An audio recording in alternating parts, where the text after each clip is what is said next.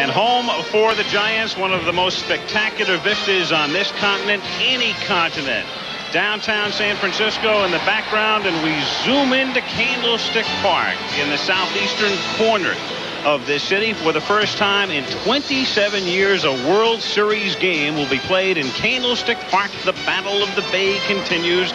Game 3 of the 1989 World Series, the Oakland Athletics against the San Francisco Giants. I'm Al Michaels. Welcome to Game 3. It's been dominant Oakland pitching, of course, in the first 2 games. So Roger Craig has made some changes in the Giants lineup. Ken Oberkfell, the great pinch hitter, will start at third base. Matt Williams moves from third base to shortstop. Jose Uribe is on the bench. Pat Sheridan takes over for Candy Maldonado in right field. Now, the Giants, of course, are faced with a formidable task, having to win 4 or 5 in essence to win the world title. It has become less uncommon, though, in recent years for teams to overcome a 2-love deficit. Most recently, it was done by the New York Mets in 1986 against the Boston Red Sox, and it was done the year before as well in 1985 by Kansas City against St. Louis. So the Giants tonight will be sending Don Robinson to the mound, and for Oakland, it will be Bob Welch, and there's no designated hitter in effect in the National League Park. Let me turn now to Tim McCarver. And, Tim, we talked in Game 1. The final score was 5-0, but there was a key early play involving Terry Kennedy dropping a throw from Will Clark at the plate. We go back to Game 2. The score was 5-1, but there were 2 key plays early in that one as well. Well, you don't often think of key plays in a 5-1 ball game, but let's go back to the top of the 3rd inning.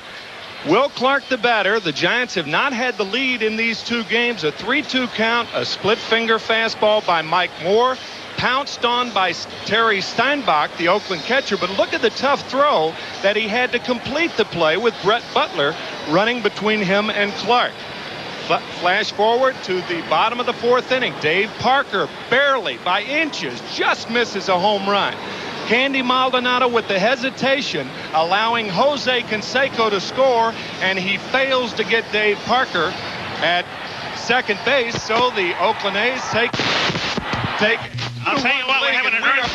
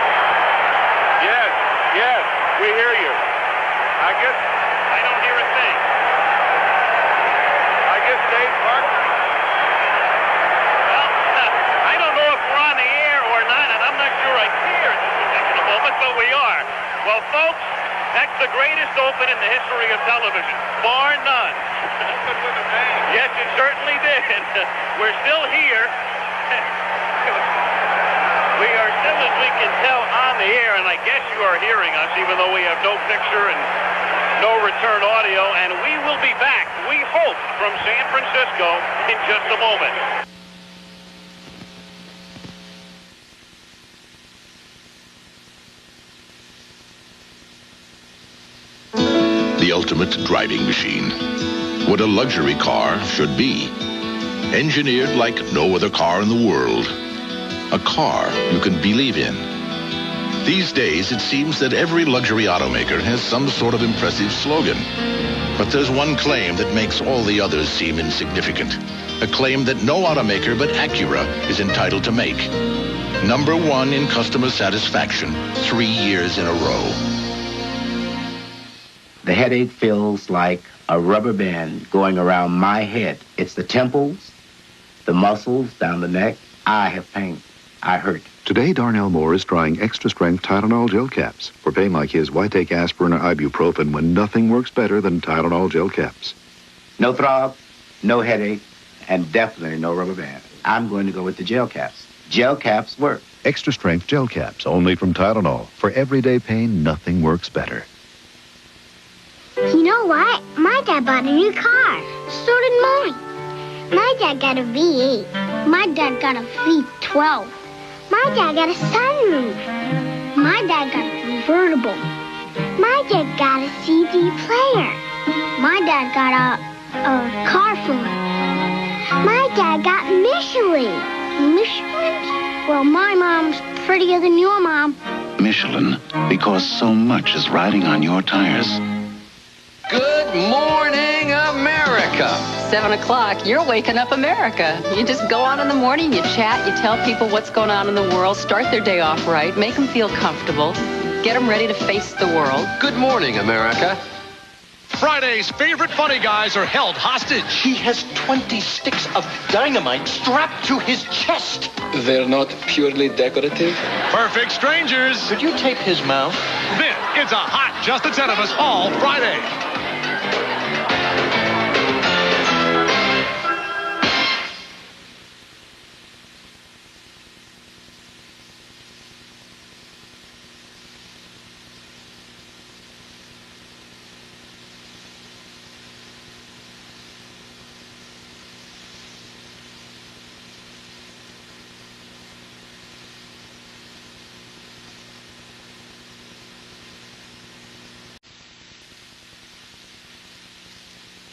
We interrupt our regular program schedule to bring you a special report from ABC News. Good evening, I'm Ted Koppel. Let me try and explain to you what must already be obvious to the millions of you who tuned in to watch the World Series tonight. Take a look at that live picture. That is from San Francisco. That fire presumably has been caused by an earthquake that knocked both the network broadcast of the World Series off the air and has been causing apparently some considerable damage in the San Francisco Bay Area. That fire is the only one that we are aware of right now, but what we do know from reports from the area is that a number of television stations were knocked off the air. Our own owned and operated station out there, KGO, which you were just watching, was briefly knocked off the air. Those who were broadcasting, Al Michaels and the others who were broadcasting the World Series to you, that signal was knocked off the air. And we have heard unconfirmed reports that at Candlestick Park, where the third game of the World Series was to be played this evening, there have been some injuries. What we wanted to do was just get on the air and let you know what we do know, which at the moment is very scant information, and to assure you that as soon as we get further information, we will be back on the air with that. To repeat, there has been an earthquake in the San Francisco Bay Area, apparently with one aftershock. The quake itself lasted about 15 seconds, has caused at least one fire that we are aware of, and some damage. There may have been some injuries at Candlestick Park. The World Series game that you presumably tuned in to watch this evening has been knocked off the air. I can't even tell you at this point whether the game is going on at this moment, but we'll get more information to you as soon as we have it. I'm Ted Koppel in Washington, and hold on just 1 minute. We're looking at a live picture now, clearly from this is the east portion. What we are going to be seeing in a moment is the east portion of the Bay Bridge. Obviously, we're not seeing it, but the east portion of the Bay Bridge has collapsed. So apparently that earthquake out in San Francisco, a very serious one. As I said a moment ago, as soon as we have more hard information, we will gather it together and come back on and let you know what's going on. I'm Ted Koppel in Washington. For now, good evening. This special report came to you from ABC News. We now resume our regular program schedule. Preparations are proceeding now in San Francisco for resumed coverage of the game number 3 of the World Series. We will get back to it as soon as we possibly can. In the meantime, we will keep you informed of the situation.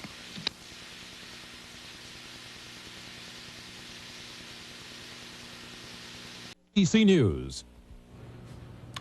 I'm Ted Koppel. There has been a rather strong earthquake in Northern California, so strong, in fact, that it has, among other things, knocked out all the power or much of the power at Candlestick Park, where the third game of the World Series was being played. But in the overall scheme of things, that may be the very least of things that has happened today. Let me show you a piece of video that just came in a few minutes ago. This is, if you look carefully there, you will see that the upper span, that's the Bay Bridge that connects Oakland and San Francisco, the upper span of that bridge has collapsed there, at least the segment has collapsed. As that video moves in a little bit closer, you'll see there is at least one vehicle down there that apparently slid off the edge of the segment on the left and is now trapped in the crevice there of that segment that is down at an angle.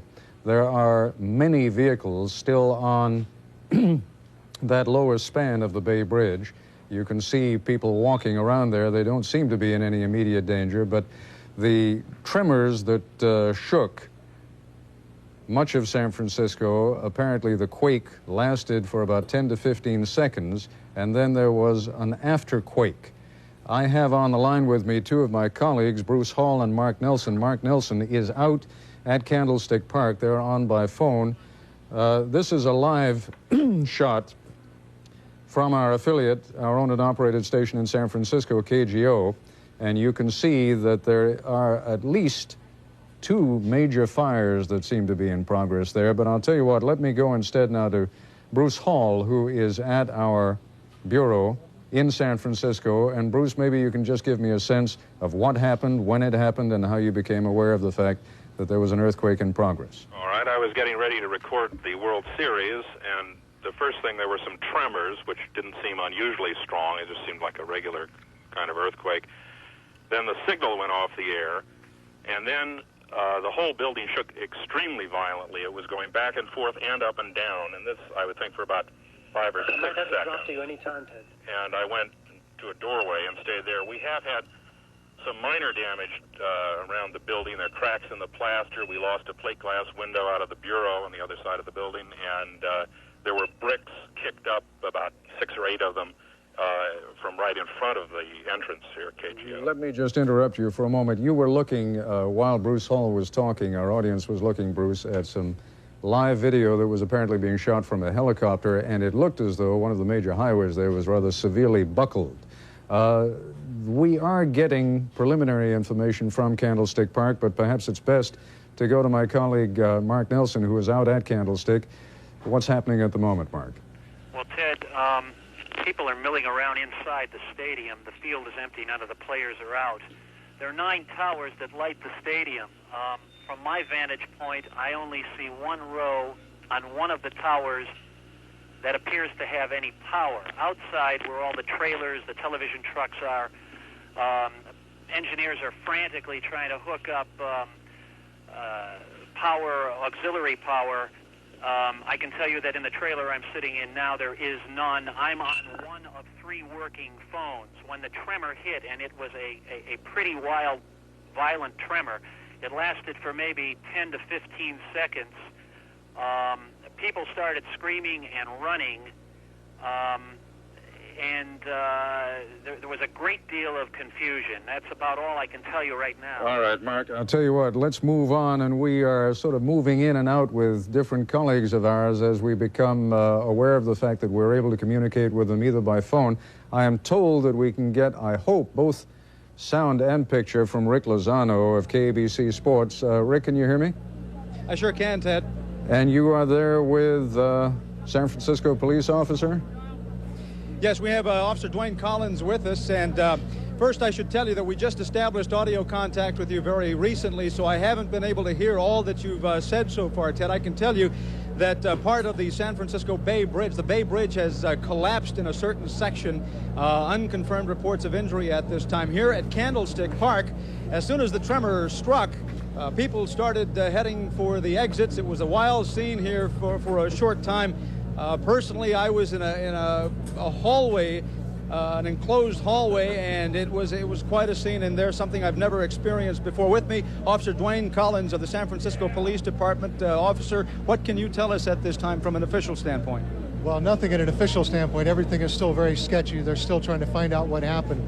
We do know that there was a collapse on the Bay Bridge, and we do have unconfirmed reports that some buildings have collapsed on the south side of Market Street. What about here at Candlestick Park? Any reports of injuries or structural damage to the stadium? No reports of injuries at this point. There's a few shaken up people, obviously.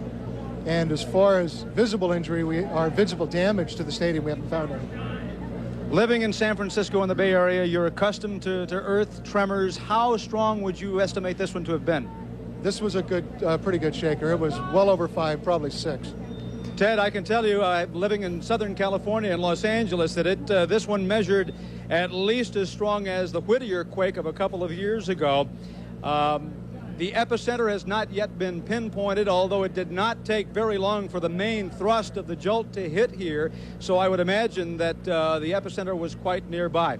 That's going to do it for now, Ted. We'll throw it back to you in New York. Rick, thanks very much. You're both pretty good at guesstimating your Richter scale, because we now have some preliminary indications that the Richter reading was actually of 6.5. So this was a fairly hefty, indeed a very hefty earthquake. And I am told that we have some street scenes from San Francisco. If we have those ready, let's take a look at them right now. We are looking at these for the first time as you see them. As I said, power was cut off to this area, so was phone service. We're told now that some phone service has been restored here. You can see people were screaming. You could definitely feel the quake.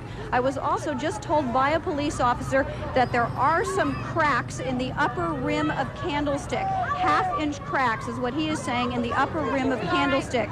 And they have also closed the overpass now on Jamestown into Candlestick.